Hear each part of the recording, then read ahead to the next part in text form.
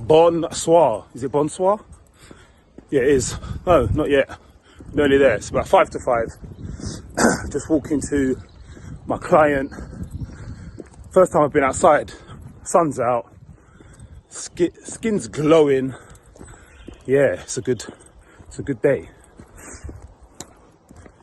Oh yeah, before I forget, do not forget to share, like, subscribe and all that palaver. Someone was telling me, Alton, make sure you say that.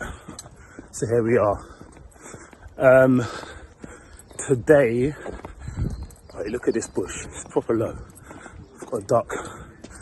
Today I want to discuss, is there something more to us than meets the eye? Is there more to us than meets the eye? Is there more to this 3D world, this concept of there's you, your name, what your parents gave you, you grow up, your caregivers look after you, and that we're at the beck and whim of however they decide to bring us up, right? You go to school,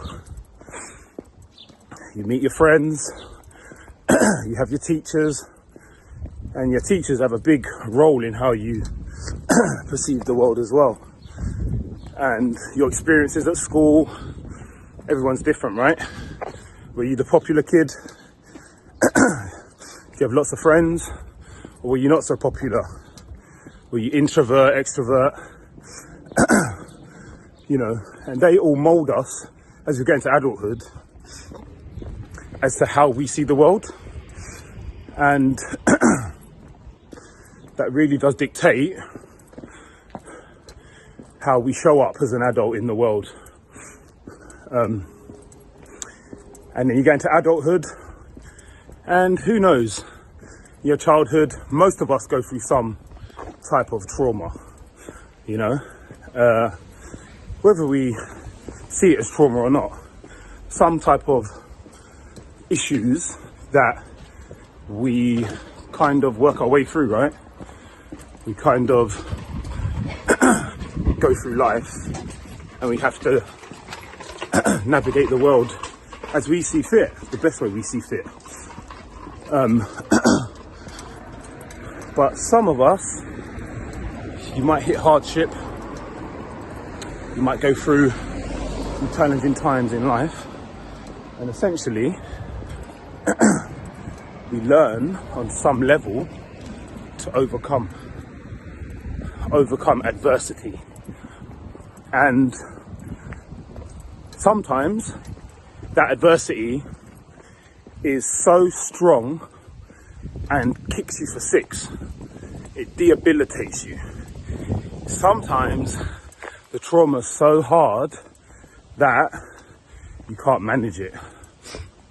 And you have a sense of losing yourself on some level. And when you hit rock bottom and you go through suffering, and suffering can be different for everybody, right?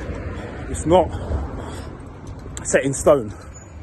It's not, my cat could get injured when I'm young, and then, I don't know, the cat has to be put down. Or, I had a dream and it couldn't happen for whatever reason.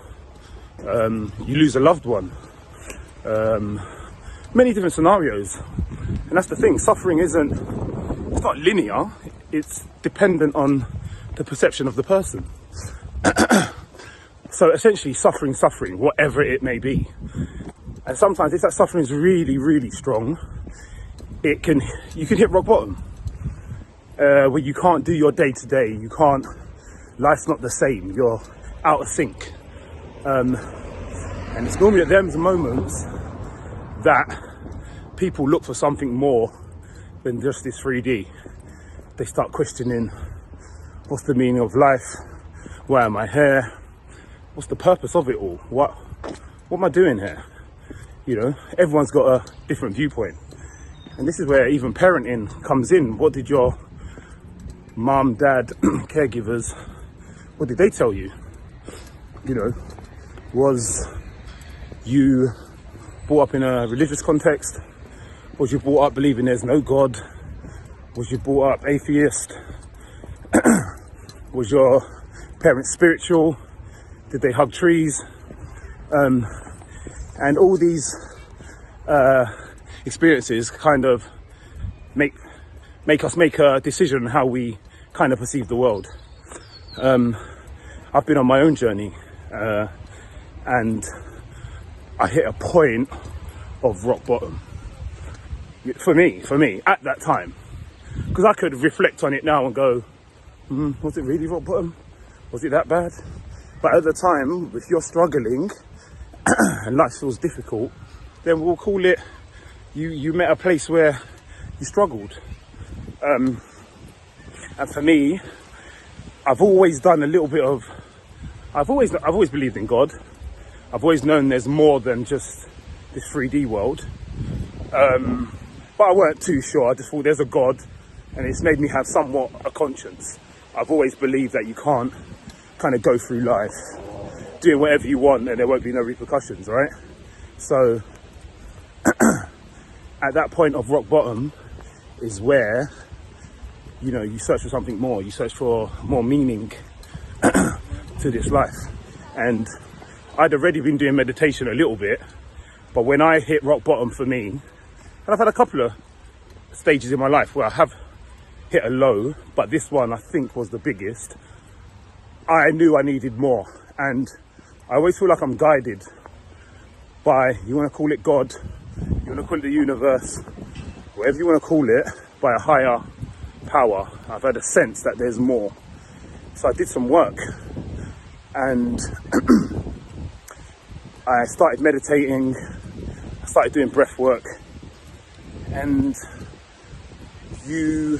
obviously meditation means to know thyself, to get intimate with self. So when you meditate, you sit, it's almost like getting comfortable with yourself.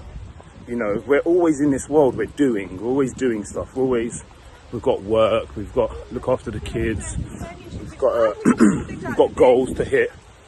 But how many times do you just sit with yourself and feel into that? Maybe on holiday, some people find it reading a book.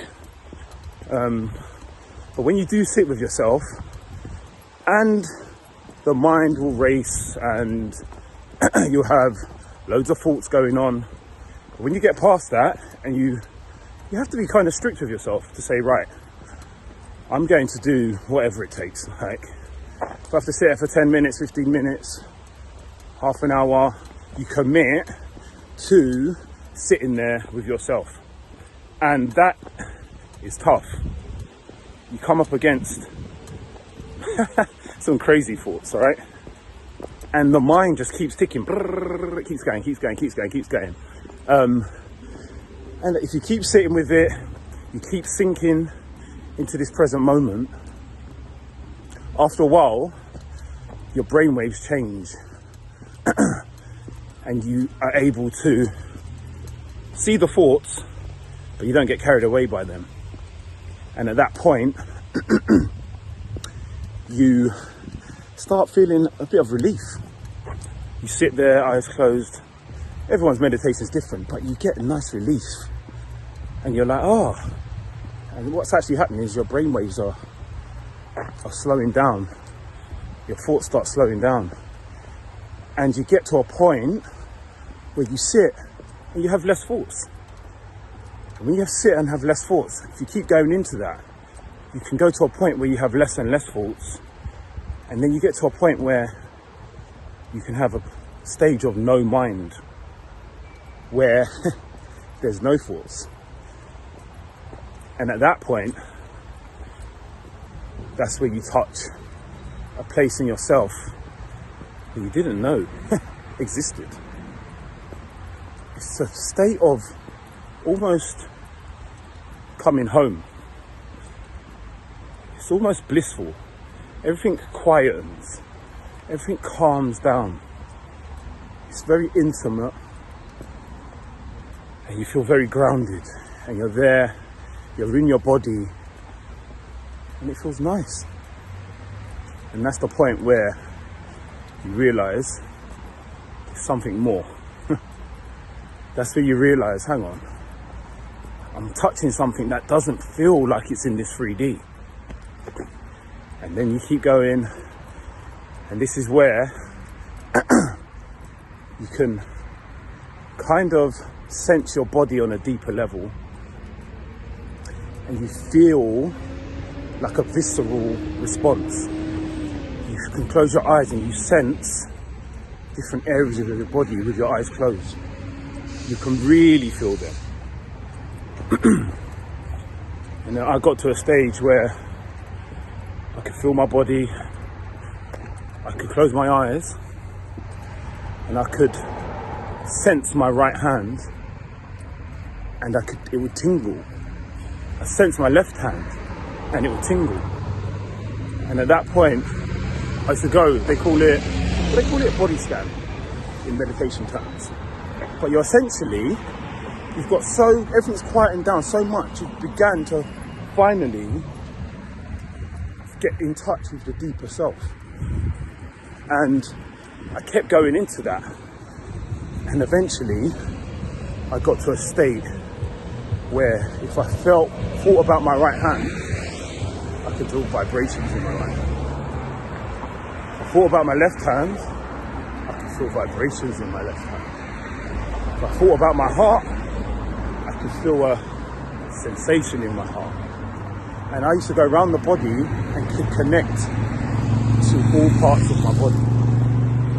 And that was the beginning of me touching something deeper, connecting with, you could say God, you could say universal consciousness, you could say energy in scientific terms. But that for me was where I knew there was more than just this 3D. Guys, I'll do a part 2 on this.